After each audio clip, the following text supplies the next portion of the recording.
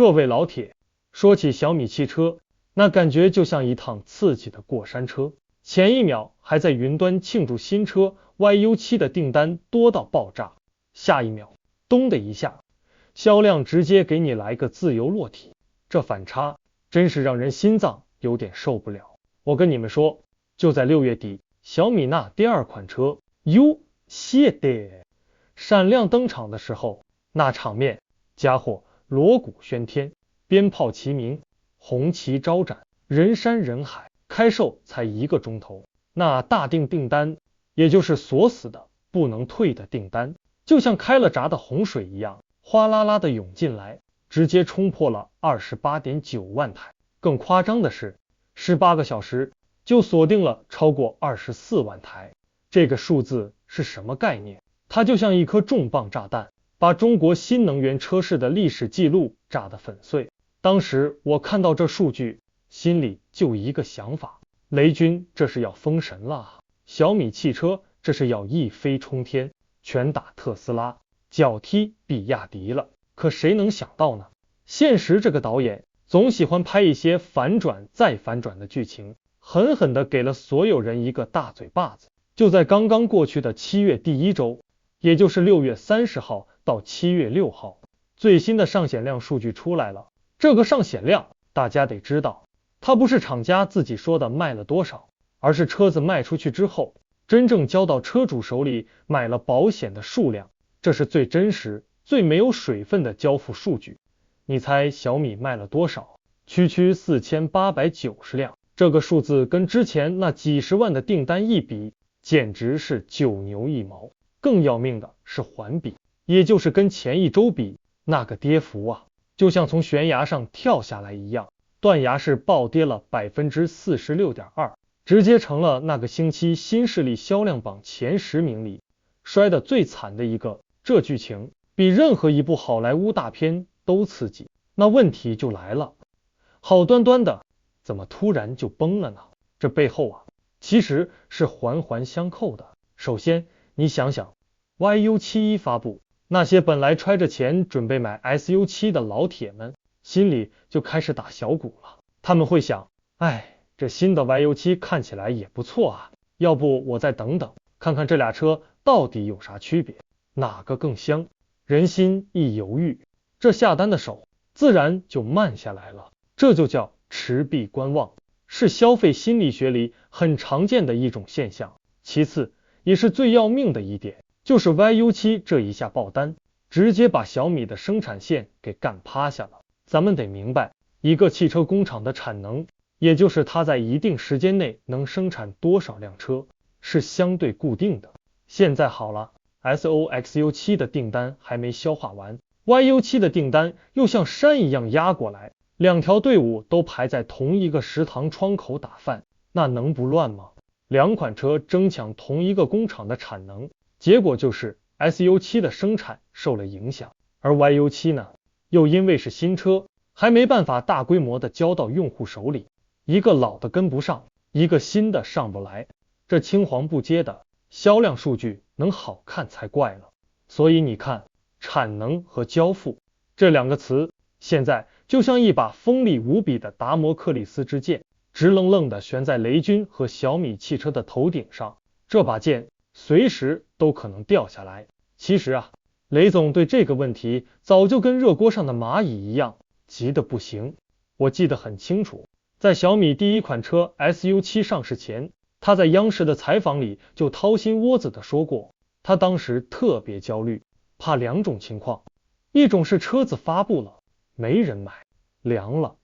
另一种更怕，就是车子太火了，所有人都来买，结果工厂造不出来，让大家等个1-2年，那肯定会被骂死。结果你猜怎么着？怕什么来什么， SU7 一上市就卖爆了，好多车主朋友都是等了好几个月，望穿秋水才提到车。现在这第二款车 YU7 火爆程度更是有过之而无不及，那产能和交付的问题自然也就被放大了无数倍，变得更加尖锐和致命。咱们去小米汽车的 App 上瞅一眼那个最新的交付周期预测，那数字涨到能让你怀疑人生。，YU7 标准版要等57到60周 ，Pro 版50到53周，最顶配的 Max 版也要38到41周。这是什么概念？这意味着你现在把钱交了，把单锁了，然后就回家慢慢等着吧，差不多得等上整整1年，你的爱车才能到你手里。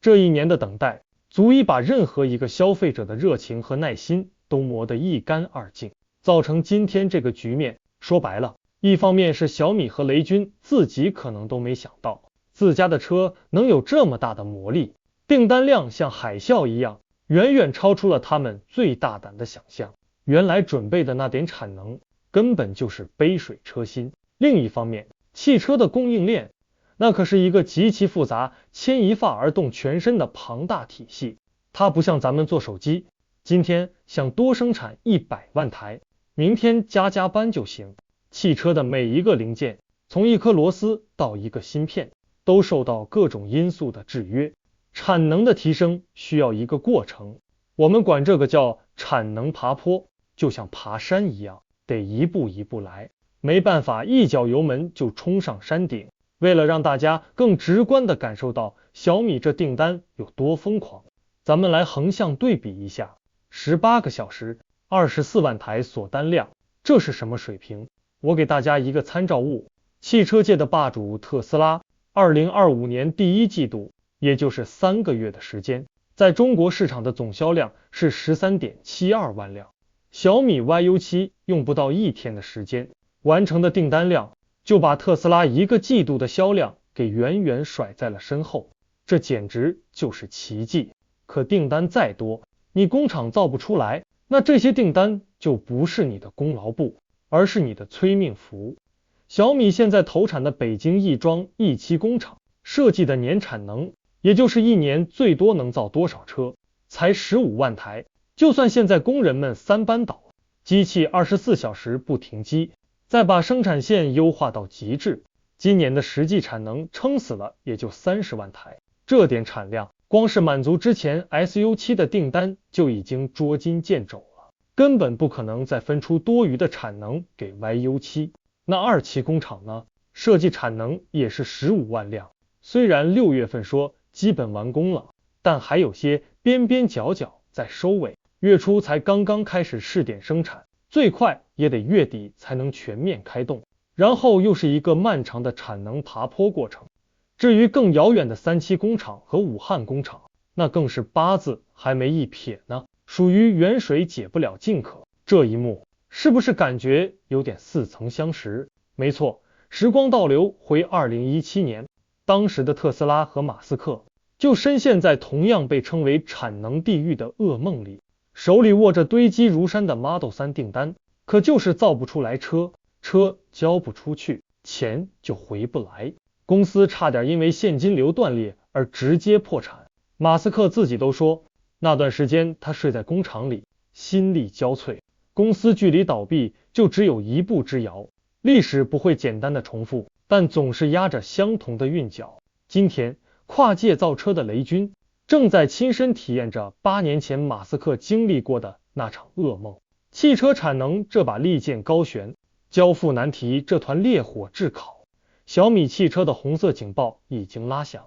这已经不是一场简单的市场竞争，而是一场关乎生死的存亡之战。真正考验雷军智慧和魄力的时候，现在才刚刚开始。这场产能与订单的殊死搏斗，结局究竟会走向何方？雷军又将如何带领他的小米汽车突出重围？这不仅牵动着小米汽车的未来，也让我们每一个关注中国汽车工业的人为之揪心。咱们拭目以待吧。